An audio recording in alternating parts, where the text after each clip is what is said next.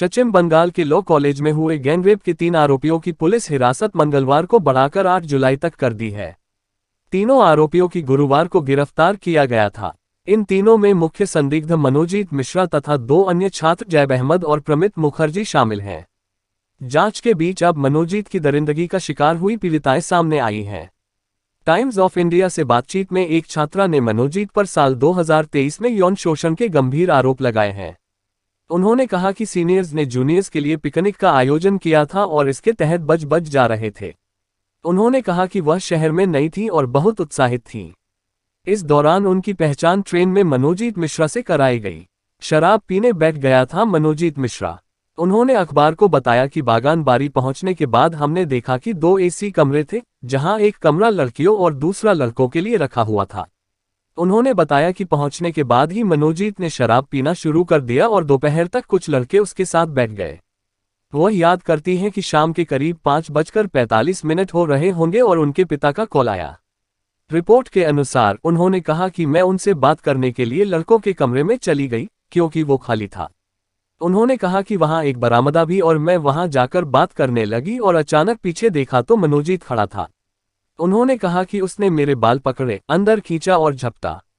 उन्होंने कहा कि मैं जाने देने की विनती करती रही और उसने मेरा फोन ले लिया।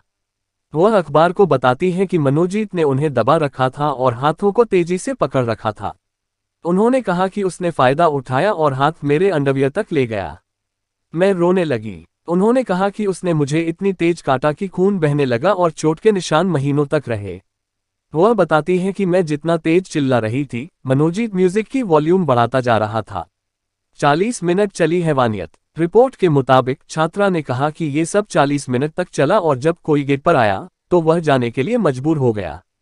उन्होंने कहा कि मैं नीचे भागी, खून साफ किया और एक बेंच पर बैठ गई। उन्होंने कहा कि इसके बाद वह फिर आया और मुझे पीछे से पकड़ लिया, लेकिन मैं भागने में सफल रही। ये सब 6.30 तक चलता रहा। दी गई धमकी। छात्रा बताती है कि उन्हें शिकायत दर्ज करने की सलाह सीनियर्स ने दी, लेकिन मनोजीत की गैंग ने उन्हें यूनियन रूम में बुलाया और कहा, दादा बहुत ताकतवर है। तुम्हारे परिवार को खत्म करने में 1 मिनट लगेगा। तुम यहाँ घर से दूर रहती हो। अगर कोई तुम पर एसिड फेंक दे तो तुम बचोगी नहीं। साथ ही उन्होंने अखबार को ये भी बताया कि मनोजीत की गैंग व्हाट्सएप पर कॉल कर धमकियां देती थी।